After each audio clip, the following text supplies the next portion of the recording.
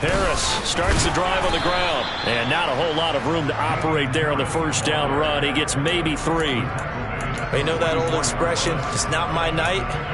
It hasn't been his so far. I don't know if the legs are a little bit heavy. Sometimes having to hang out all day and play doesn't exactly play to your advantage, but it's been a tough go for him. And every time he looks up, somebody's there defensively. That was the same case on that play. And he'll be stopped at the 46, gain of 3. This a big play for both sides. What will we see here? 3rd and 4. Looking to throw. Pickett. Hard throw. Incomplete. Sometimes the game is pretty simple. Put a few extra defensive backs on the field, give them nowhere to throw the football, force the incompletion, and get off the field on 3rd down.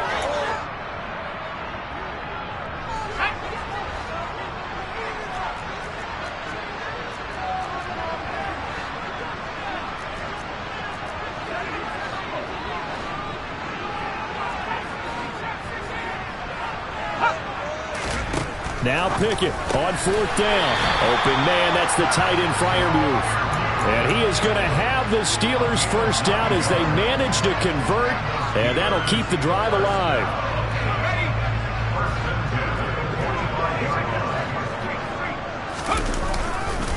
Harris. Shaquill Griffin in on the stop defensively. Well, sometimes you just have to give credit to the defense. Great job there at the point of attack, holding up. They won their battles at the line of scrimmage, left him no space to try and run. A really nice job swarming to the ball carrier. Call it a gain of 5 that time, and they'll be left with a 3rd and about 4. This has been an up and down, back and forth type of a game, hasn't it? Maybe this long drive take a little bit of the wind out of their sails, kind of settle things down a little bit. On the very outer edge of field goal range, it would be 56 yards if they got nothing here on 3rd down.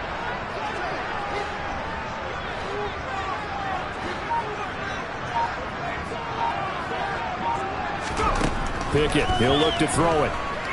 Escaping the pressure right. Out route, and he connects with Freiermuth. And he's got another first down as the tackle's going to be made at the Bengals 19.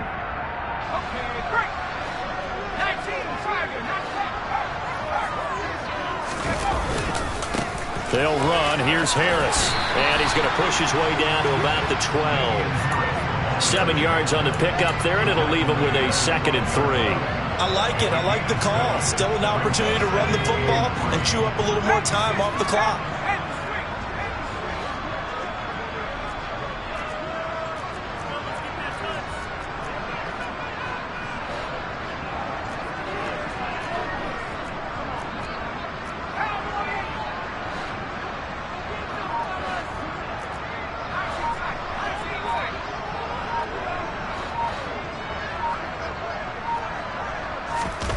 Pickett to throw. Firing quickly here, and that's complete. A 5-yard gain there makes it 1st and goal. But they picked up a little bit of yardage there, and now, in this situation, should be in no hurry to run a play really fast. Let the clock wind down.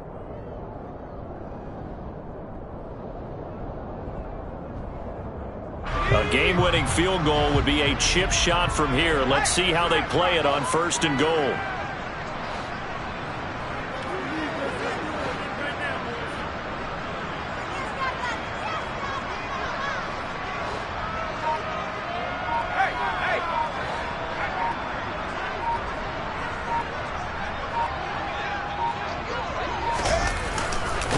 They run with Harris. And this is going to result in losing yardage.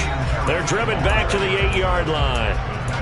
Now the Bengals going to use the first of their timeouts as the clock stops with 23 seconds to go in the game. It's 2nd and goal, back to the 8-yard line now. Here's Pickett. And it's intercepted at the goal line. Chidobe Awuzie with a pick. And the Bengals are going to get the football here as the ball will come out to the 20. Those INTs all sting, but you throw one in the red zone, I think especially as a rookie, maybe it stings a little bit more. I think what you're saying is they don't all count the same, do they? Right? Interceptions in the red zone that you've given up points now, those are precious, so you have to learn from those and in a hurry. Throwing, Burrow. And that is incomplete. 16 seconds now on the clock. Work with me, partner. Take a deep breath because that's what they're doing down the field now. That incompletion allowed them to exhale a little bit. Get in the huddle, kind of scan the crowd, see if any celebrities are here. Relax a little bit as they start this big drive. Burrow. He's going to loft one deep left side here. He's got him in. Complete. Now they get the timeout. It leads you to wonder, will they kick it here or risk running another play and possibly not getting down in time? We'll see. Every defensive staff harps on limiting explosive plays. Job not so well done there. Yeah, they talk about it all the time. A lot harder to stop, though, isn't it? And when you think of an explosive play, most offensive staffs define them as passes of 20 or more yards and runs of 15 or more yards. They went zooming past that number there. Throwing on first down, but this one winds up to be incomplete. The way he's throwing the football today, almost a surprise when he doesn't complete a pass like happened there, but he needs a few more to get his guys downfield. Well, the way he's thrown it leads him to believe that he's going to get those completions. And that means the guys going out for passes, they'll run even harder because they expect it as well.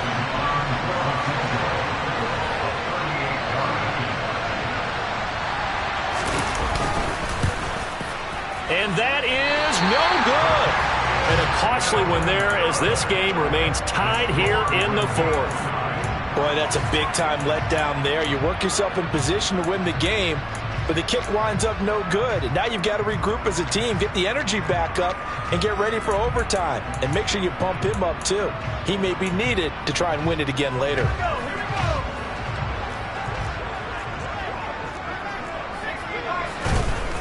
Now Pickett.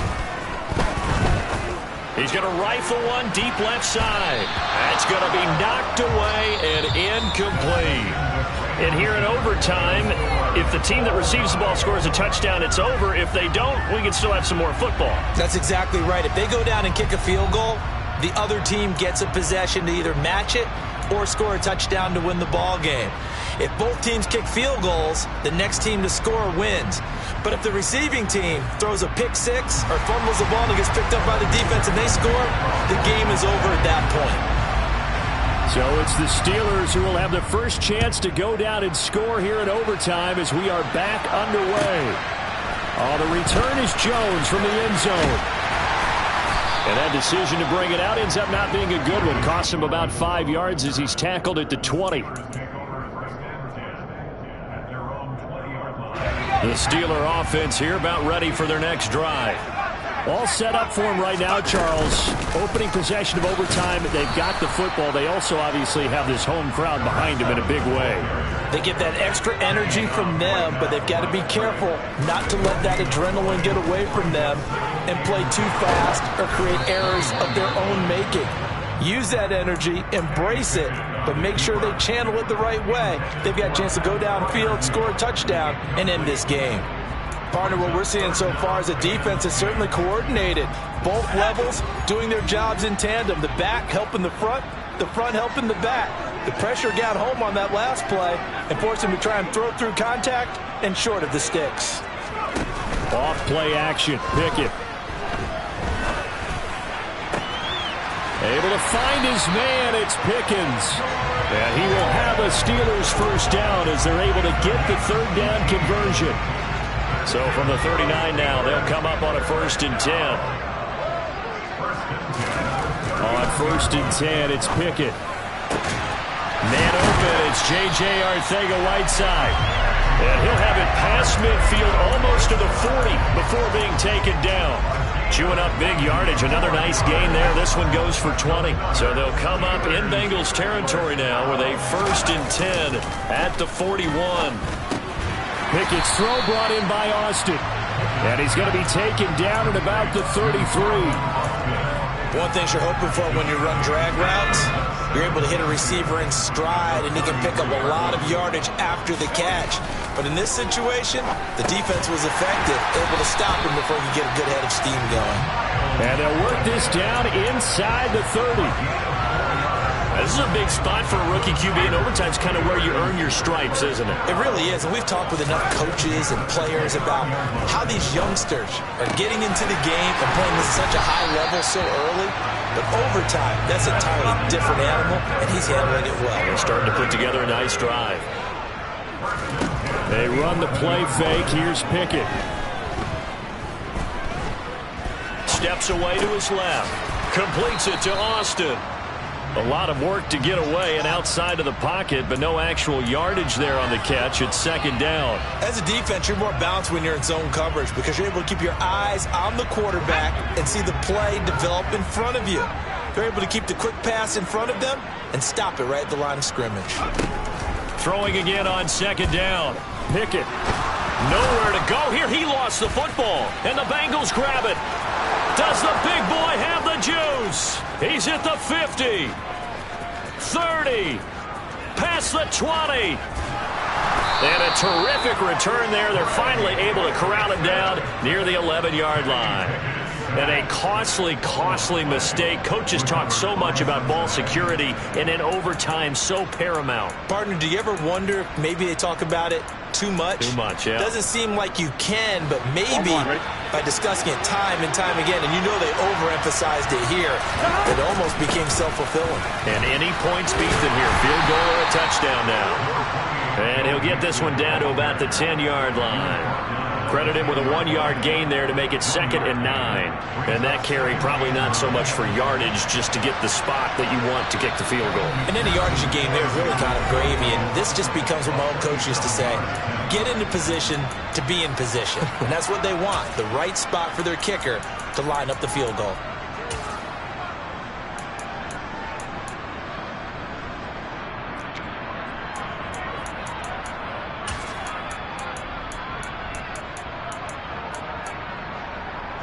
Now 2nd and 9 from the 10. They'll stay on the ground. Mixon again. And a short pickup there down to about the 9. 2 runs in a row, but only 2 yards to show for it. And I know you, with every carry, especially in overtime, you're just saying, if you're that ball carrier, hold on to the football. Hold on to it, protect it, but not necessarily settling, because you're trying to get to the end zone. You're trying to end the game right here. And I know the defensive guys poking, clawing, raking, trying to knock the ball free and protect their end zone. Yeah, like you alluded to, especially this part of the field.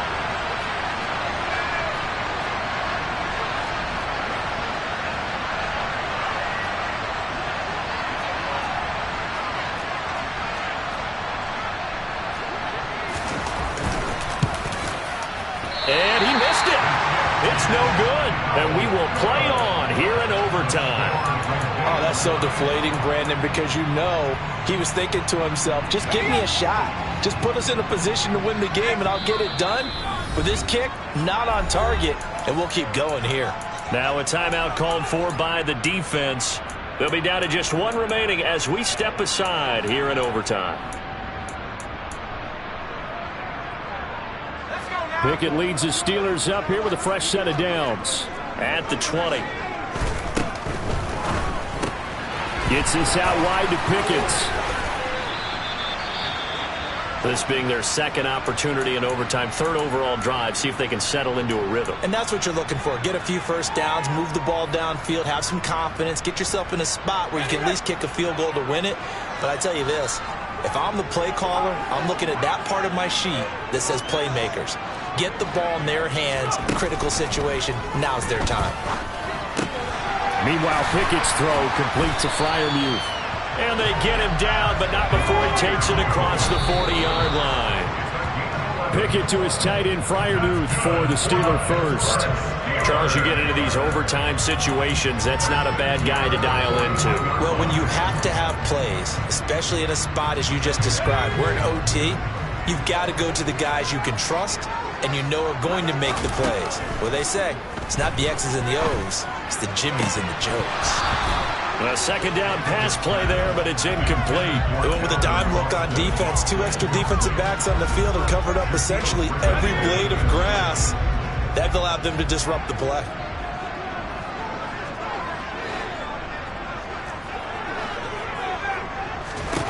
Looking to throw here. Pickett.